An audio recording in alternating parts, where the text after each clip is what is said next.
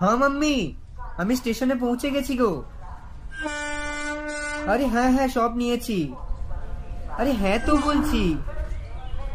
আরে বাবা, প্রথমবার একা যাচ্ছি তো কি হয়েছে, আমি এখন অনেক বড় হয়ে গেছি। তুমি রাখো রাখো, ট্রেন ঢুকে গেছে স্টেশনে।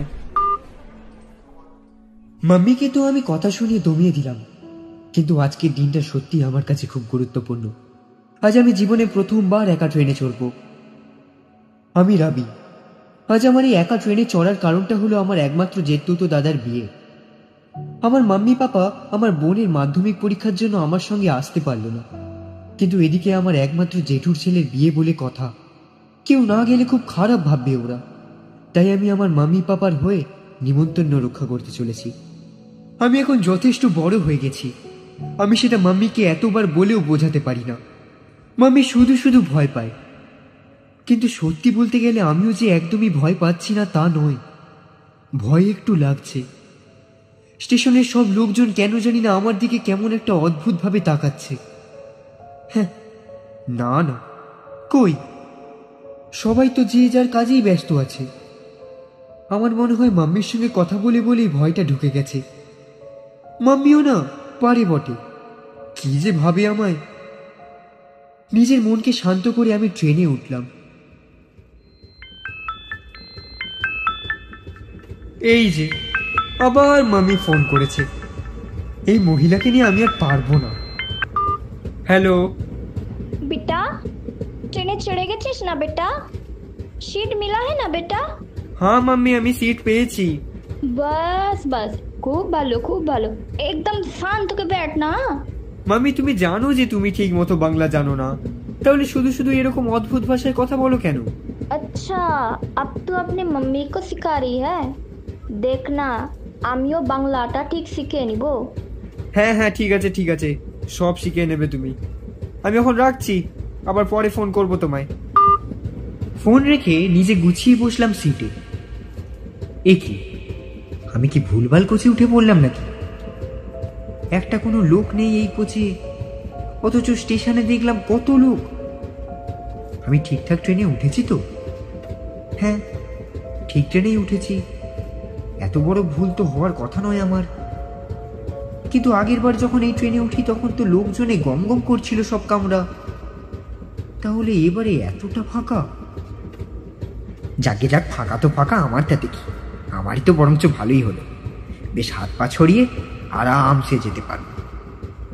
ট্রেন ছাড়লো অনেকক্ষণই হয়েছে, কিন্তু এখনো পর্যন্ত ট্রেন পুরোপুরি প্ল্যাটফর্ম ছেড়ে বেরোয়নি। জানলা দিয়ে বাইরে দেখলাম, দারুণ তাজ্জব ব্যাপার তো। স্টেশন ট্রেন সব গড়ের মাঠের মতো ফাঁকা। এই যে দেখলাম স্টেশনে এত লোক, সব গেল কোথায়? হ্যাঁ, বেকার এসব ভাবনা চিন্তা করছি। মনটাকে সান্ত্বনা দেওয়ার চেষ্টা করলেও এই মন আমার সান্ত্বনাকে অগ্রাহ্য করে কিসের জন্য ব্যাকুল হয়ে উঠল। আমি তখনও পর্যন্ত জানলা থেকে চোখ সরাইনি। যদি একজন দুজন কাউকে স্টেশনে দেখতে পাই, তবু একটু ওই বলে না, ওই স্যাটিসফ্যাকশন হবে আর কি। না, এদিক ওদিক ভালো করে দেখলাম, কিন্তু এই চেনা স্টেশন যেন হঠাৎ করে বড় অচেনা ঠেকছে। এমনকি একটা কাক পায়রাও নেই। ওই তো ওখানে স্টেশনের শেষ প্রান্তে একটা ছোট্ট বাঁদরের মতো কি নড়ছে না? হলুদ রঙের গা, বড় বড় চোখ, মুখ ডাকটা কেমন আবার বিড়ালের মতো, কানগুলো আবার এক একটা বিশাল চামচের মতো। ওই তো লেজও আছে, আবার সেই লেজের ডগাটা যেন তার কানেরই মতো। এটা আবার কি প্রজাতির বাঁদর রে বাবা, আগে তো কখনো দেখিনি। হবে হয়তো অস্ট্রেলিয়া আফ্রিকার কোনো ব্রিড। বাঁদরটা মনে হয় কারোর পোষা, কারণ ওর পিঠে একটা ব্যাগও আছে। আমি এরকম অদ্ভুত প্রজাতির বাঁদর আগে কখনো দেখিনি। দাঁড়া, ওর একটা ছবি তুলে রাখি, বাড়ি ফিরে বোনকে দেখাবো। ওটা কোথায় গেল? এই এই এই তো। উফ, এত হ্যাং করে না। আরে বাবা, একটু চলে যা ঠিক করে, প্লিজ একটু চলে যা রে। ফোন আর চলল না। এদিকে ট্রেন ও প্ল্যাটফর্ম ছাড়িয়ে রওনা দিল। ট্রেনের মধ্যেকার এরকম অত্যাধিক খালি পরিবেশটা খুব একটা জমছিল না। আমি মোটে সন্ধ্যে 7টায় ট্রেনে উঠেছি, কিন্তু পরিবেশের এই নিস্তব্ধতা দেখে মনে হচ্ছিল যে অনেক রাত হয়ে গেছে। উঠে কামরার লাইটগুলো জ্বালানোর চেষ্টা করলাম, কিন্তু কোনো লাইটই জ্বলল না। কি করে সময় কাটাবো বুঝতে না পেরে বোকার মতো বসে রইলাম। এতক্ষণে ট্রেনটা কোন একটা স্টেশনের উপর দিয়ে পাস করছে। জানলা দিয়ে বাইরে দেখলাম, স্টেশনের হালকা আলোতে যে নামটা পড়লাম সেটা তো বেলুর। কিন্তু এ কি করে সম্ভব? আমি তো বেলুর থেকেই ট্রেনে উঠেছি। তাহলে এই স্টেশনের নামও বেলুর কি করে হয়? রাতের অন্ধকারে কি নাম পড়তে কি পড়েছি কে জানে। আমি আবার চুপচাপ করে বসে মনে মনে সময় গুনতে থাকলাম। জানি না কেন, কিন্তু আমার এবার সত্যি একটু ভয় করতে শুরু করলো। নিজে একা একা সাহস করে আসাটা বোধ হয় ঠিক হয়নি। ট্রেন আস্তে আস্তে একটা স্টেশনে দাঁড়ালো। ট্রেনের বাইরে থেকে কারোর কিচকিচ হাসির আওয়াজ শুনতে পেলাম। মনটা এতক্ষণে একটু শান্ত হলো। তবে এবার হয়তো আমার একাকিত্বটা একটু কাটবে। জানলা দিয়ে দেখতেই আমি অবাক হয়ে গেলাম।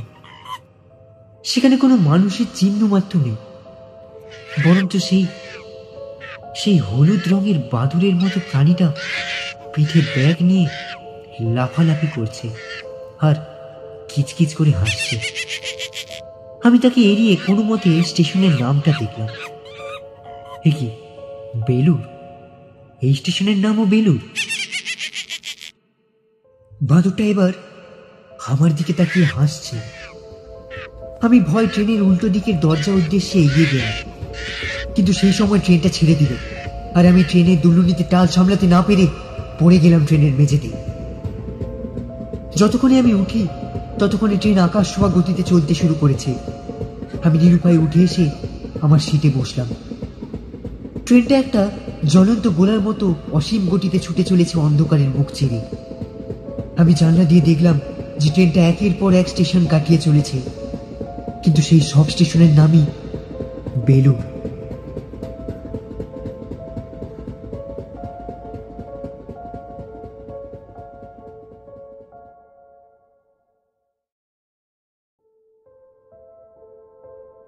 আষাঢ়ে গল্প, এক গল্প যা আপনার অপেক্ষায়। আজকে আষাঢ়ে গল্পের বিশেষ নিবেদন দেবজ্যোতি কুমার সিংহের লেখা দিশাহীন। আমাদের পাশে থাকার জন্য দেবজ্যোতিকে অসংখ্য ধন্যবাদ। তাহলে শুরু করা যাক দেবজ্যোতি কুমার সিংহের লেখা গল্প দিশাহীন।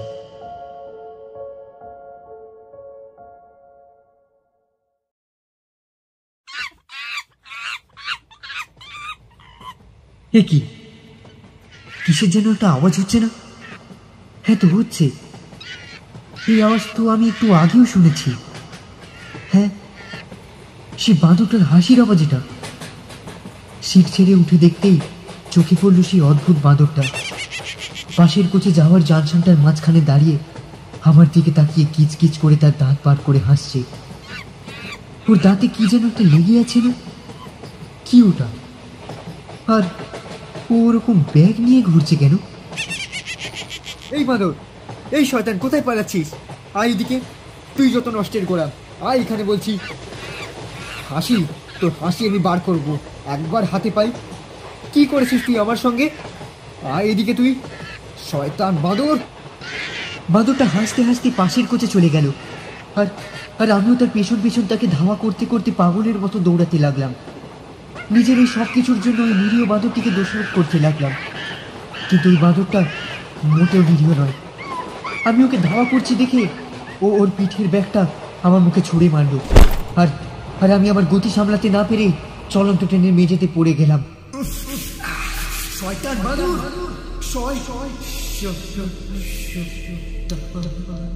মুখের উপর থেকে ব্যাগটা সরাতে আমার এতক্ষণে চেনা পরিবেশ সব পাল্টে গেল। ট্রেন কোথায়? আমি তো ট্রেনের মধ্যে ছিলাম। তাহলে আমি কোথায় এসে পৌঁছলাম? ট্রেনের কামরার টিকিটও নেই। আমি কোন এক বিশাল বড় অফুরন্ত হল ঘরের মতো জায়গাতে পৌঁছে গেছি। হলুদ রঙের বড় বড় দেওয়াল, শুধু দেওয়াল নয়, সিলিং ফ্লোরিং সবই হলুদ। জায়গাটা দেখে আমার সায়েন্স সিটির সেই গোলক ধাঁধার কথা মনে পড়ে গেল, কিন্তু এটা যেন তার থেকেও বিশাল অফুরন্ত এক গোলক ধাঁধা। কোন রাস্তা কোন দিকে যাচ্ছে কিছুই বুঝতে পারলাম না। ঠিক করলাম যেদিক থেকে এসেছি সেদিকেই আবার চলে যাব, কিন্তু পেছনে ঘুরে দেখি সেই একই কাণ্ড। পুরো জায়গাটায় সেই হলুদ দেওয়ালে ঘেরা, ট্রেনের কোচের কোনো চিহ্নই নেই। কে আছো? আমাকে এখান থেকে বের করো। কে আছো? আমাকে বের করো এখান থেকে। লাগছিলেও কারোর কোনো সাড়া পেলাম না। হঠাৎ আমার হাত থেকে সরসর করে কি একটা টপ করে জলের ফোঁটার মতো পড়লো মেঝেতে। রক্ত? রক্ত কোথা থেকে এলো আমার হাতে? চোখ পড়ল সামনে পড়ে থাকা ব্যাগটার উপর, যেটা ওই বাঁদরটা আমার মুখে ছুঁড়ে মেরেছিল। হ্যাঁ হ্যাঁ, ওই ব্যাগটা থেকেই রক্ত চুঁয়ে পড়ছে। আমি দু পা এগিয়ে গিয়ে কেন জানি না কিসের কৌতূহল সংবরণ করতে খুলে দেখলাম ওই ব্যাগটা। যা যা দেখলাম আমি, তা তা কোনো মানুষ দেখে সজ্ঞানে থাকতে পারে না। ব্যাগটায় একটা মানুষের শরীর টুকরো টুকরো করে কেটে কেটে রাখা আছে, আর তার মাথাটা যেন আমার দিকে তাকিয়ে তাকিয়ে হাসছে। আমি সেই ব্যাগটা ছিটকে ফেলে দিয়ে দৃগ্ভস্টের মতো দৌড় দিলাম।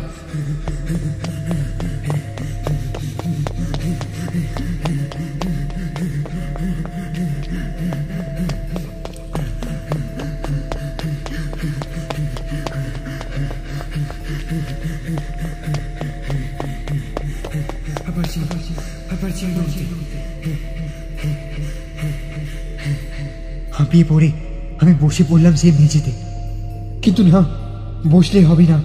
তাই আমি উঠে আবার জোরে জোরে হাঁটতে শুরু করলাম। হাঁটতে হাঁটতে আমার কেন জানি না এটা মনে হচ্ছিল যে আমার ঠিক পেছনে কেউ আছে, কেউ আমাকে সমানে তার নজরে নজরে রেখেছে। আমি এদিক ওদিক না গিয়ে সোজা পথেই হাঁটছিলাম।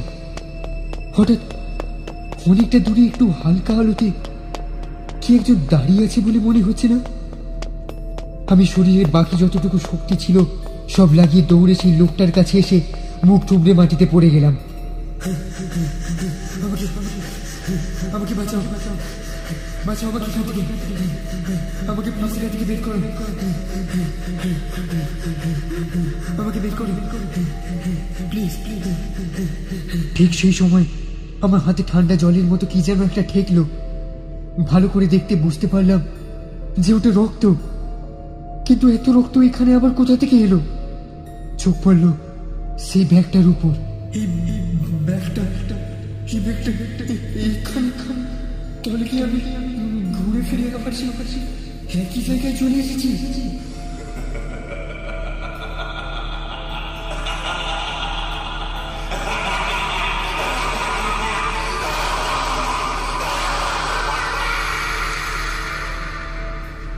ছেলেটা পাগলের মতো আতঙ্কের হাসি হাসতে হাসতে আমার দিকে ধীরে ধীরে ঘুরতে লাগলো। সেই আগন্তুক ছেলেটাকে অবিকল আমার মতনই দেখতে।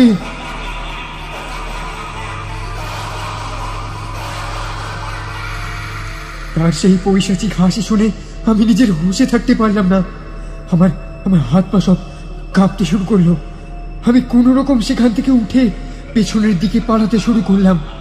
ওই ওই অমানবিক বহুরূপী যেন আমাকে গিলে খাওয়ার মতো আমায় তাড়া করে আসছে। আমি দিশাহীন হয়ে অনন্তের দিকে দৌড়াতে থাকলাম।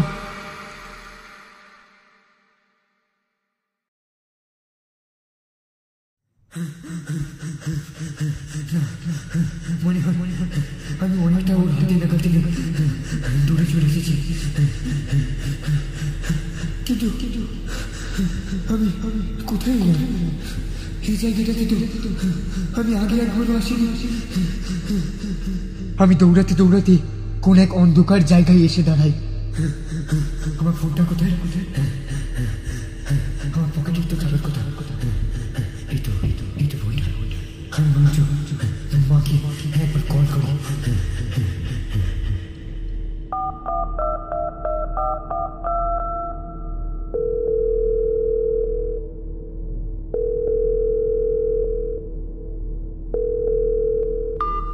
হ্যালো হ্যালো মাম্মি, মাম্মি আমি একটা আজীব জায়গায় এসে পড়েছি, আমাকে বের করো এখান থেকে, মাম্মি বের করো। হ্যালো হ্যালো হ্যালো বেটা, পৌঁছে গেছিস? হ্যালো হ্যালো মাম্মি, মাম্মি আমি তোমার রাবি বলছি, শুনতে পাচ্ছ না? আমি একটা আজীব জায়গায় কি করে যেন চলে এসেছি, আমাকে বের করো মাম্মি, বের করো এখান থেকে, বের করো। हेलो हेलो बेटा रवि, कुछ सुनाई दिচ্ছে না। हेलो हेलो কলটা কেটে গেল। আমি আমি কি করব কিছুই বুঝতে পারছি না, কোন দিকে যাব না কিছুই মাথায় আসছে না। আমি সম্পূর্ণ দিশাহীন হয়ে পড়েছি, নিজেকে এই সব কিছুর জন্য দায়ী মনে হচ্ছিল। কেন আমি একা আসতে গেলাম, কেন কেন কেন? মাম্মি আমার খাবারটা দাও, খুব খিদে পাচ্ছে যে, দাও না তাড়াতাড়ি, কত পড়া বাকি আছে বলো তো। मम्मी मम्मी थोड़ा दे दीजिए ना जल्दी। হঠাৎ কোথা থেকে যেন কিসের একটা আওয়াজ পেলাম, গলাটা বড় চেনা মনে হলো। মাথা ঘুরিয়ে দেখলাম যেখানে এতক্ষণ শুধু নিশ্চিন্ন অন্ধকার ছিল, সেখানে এখন সারি সারি অসংখ্য জানলা, আর সেই অসংখ্য জানলার মধ্যে থেকে একটা জানলা থেকে আলো ঠিক করে বেরোচ্ছে। হঠাৎ কিসের যেন একটা শোধ আমার বুকে খুব শীতলভাবে ধাক্কা দিল, সেই সাথে কাঁচ ভাঙার কান ফাটানো আওয়াজ কানে তালা ধরিয়ে দিল। আমি চোখ বড় বড় করে দেখতে লাগলাম সেই ঘটনাটা, যেন এক সায়েন্স ফিকশন মুভির মতো সেই অন্ধকার এই পুরো জগৎটাকে নিজের মধ্যে গিলে নিতে লাগলো। সব জানলা, কাঁচ, আকাশ পাতাল সব যেন সেই অন্ধকার অন্তরালে হারিয়ে যেতে লাগলো। সেই সাথে কিসের এক টান যেন আমাকে সেই অন্ধকার সীমাহীন কুণ্ডে আকৃষ্ট করতে লাগলো।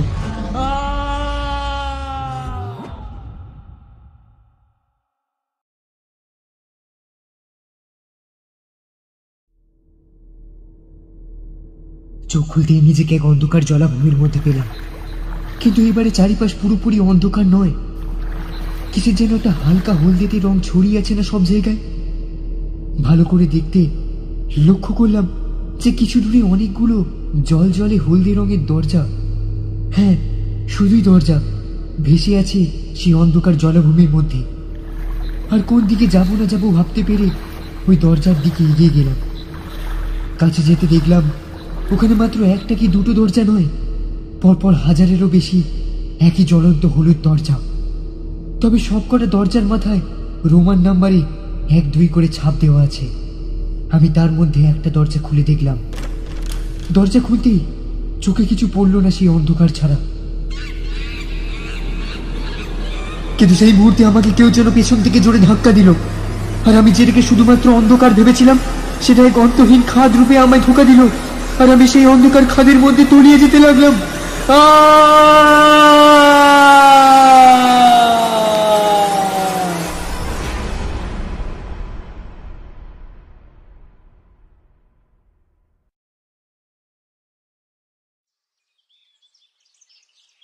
চোখ খুলতেই আমি নিজেকে নিজের ঘরের বিছানায় পেলাম।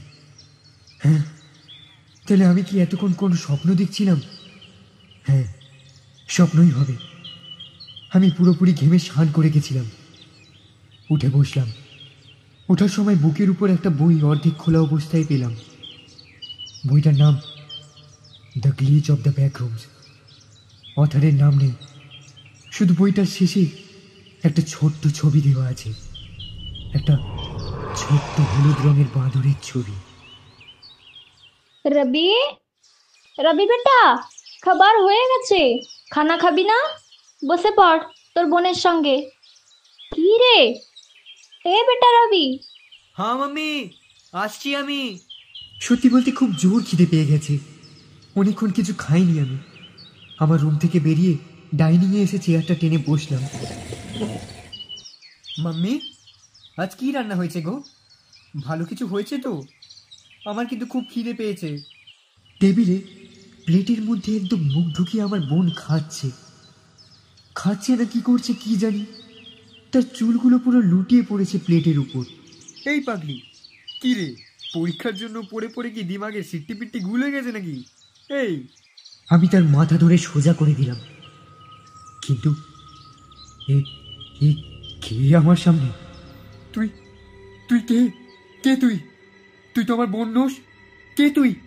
আরে দাদা, আমি তো তোর বোন রে। মাম্মি দেখো, দাদা পাগল হয়ে গেছে, আমাকে চিনতেই পারছে না।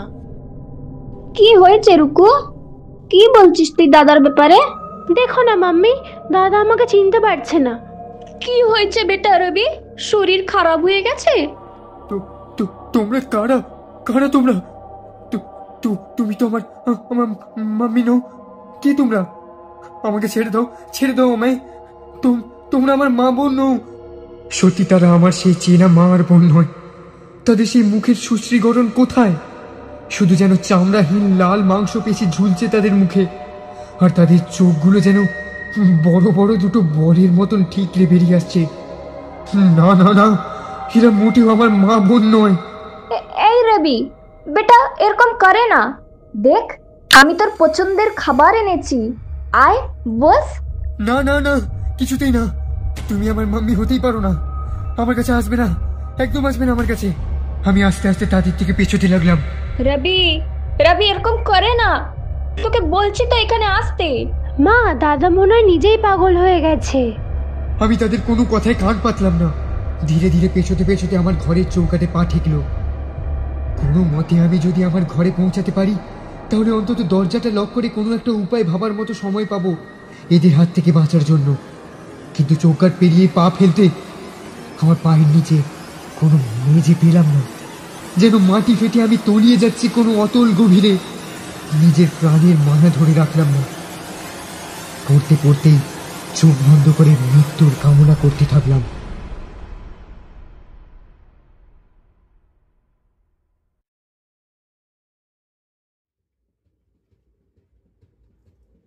হুঁশ ফিরতেই নিজেকে ট্রেনের বগির মধ্যে পেলাম। এখনো কামরার সব লাইট বন্ধ, তবে এবার আমি একা নই। আরও একজন আছে আমার এই একাকিত্ব সঙ্গ দেওয়ার জন্য। ওই তো সেই হলুদ রঙের চামচের মতো কানওয়ালা বাদরটা কোচের ওই কোণে লাফালাফি করে দাপিয়ে বেড়াচ্ছে এই শীত থেকে ওই শীত। কিন্তু তার সেই নিরীহ চেহারাটা আর নিরীহ মনে হচ্ছে না। বাদরটা একবার আমাকে ভালো করে দেখে নিল, তারপর ওই 87 নম্বর সিটটার পেছনে গিয়ে লুকিয়ে পড়ল। আমি এতক্ষণ সম্মোহিতর মতো দেখতে লাগলাম তার সেই বাঁধরামি। হয়তো ও আবার মুখও বার করছে। ও যেন ভাবছে যে আমি ওর সঙ্গে লুকোচুরি খেলছি। বাঁদরটা ওর ঘাড় কাত করে উঁকি মেরে দেখার চেষ্টা করলো আমাকে, কিন্তু আমি যে ওর রক্তে রাঙা পাশবিক হাসিটা দেখে ফেলেছি সেটা হয়তো ও টেরও পায়নি, বা হয়তো পেয়েছে।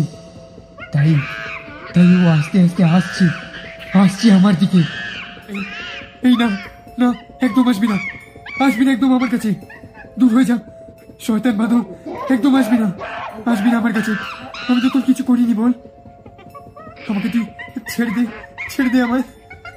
আমি তোর কোনো ক্ষতি করবো না, আসিস না আমার কাছে, দূর হয়ে যা। হুশ হুশ বাঁদর, শয়তান বাঁদর, আসিস না আমার কাছে। বাঁদরটা যেন কিসের মজা পেয়ে ধীরে ধীরে আমার দিকেই আসতে লাগলো। একদম আসবি না, আমি কিছু করিনি, আমি তোর কিছু করিনি। আমাকে ছেড়ে দে আমায়, আমাকে ছেড়ে দে। আসিস না, ছেড়ে দে আমায়, ছেড়ে দে।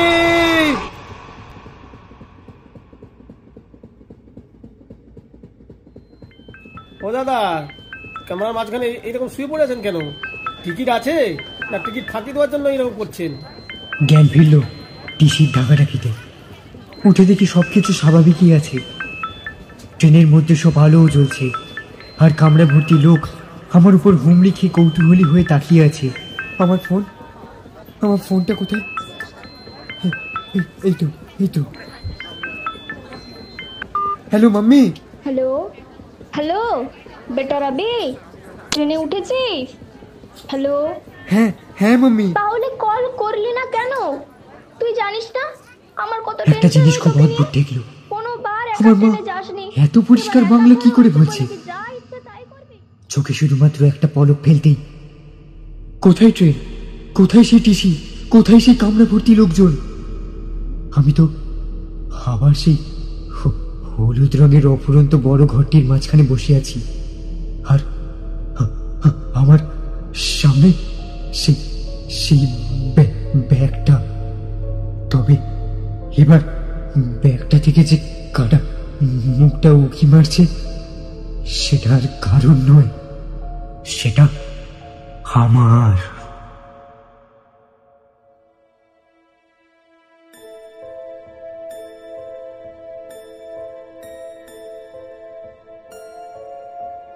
আপনারা শুনছিলেন দেবজ্যোতি কুমার সিংয়ের লেখা দিশাহীন। গল্পের মুখ্য চরিত্র অর্থাৎ রাবির ভূমিকায় শুভজিৎ, রাবির মায়ের ভূমিকায় মনীষা, রাবির বোনের ভূমিকায় অনুষ্কা, টিসির ভূমিকায় বিশ্বজিৎ এবং গল্পের সূত্রধার আমি শুভজিৎ। এরকম আরও গল্প পেতে চাইলে লাইক করুন ও সাবস্ক্রাইব করুন আমাদের চ্যানেল আষাঢ়ে গল্পকে।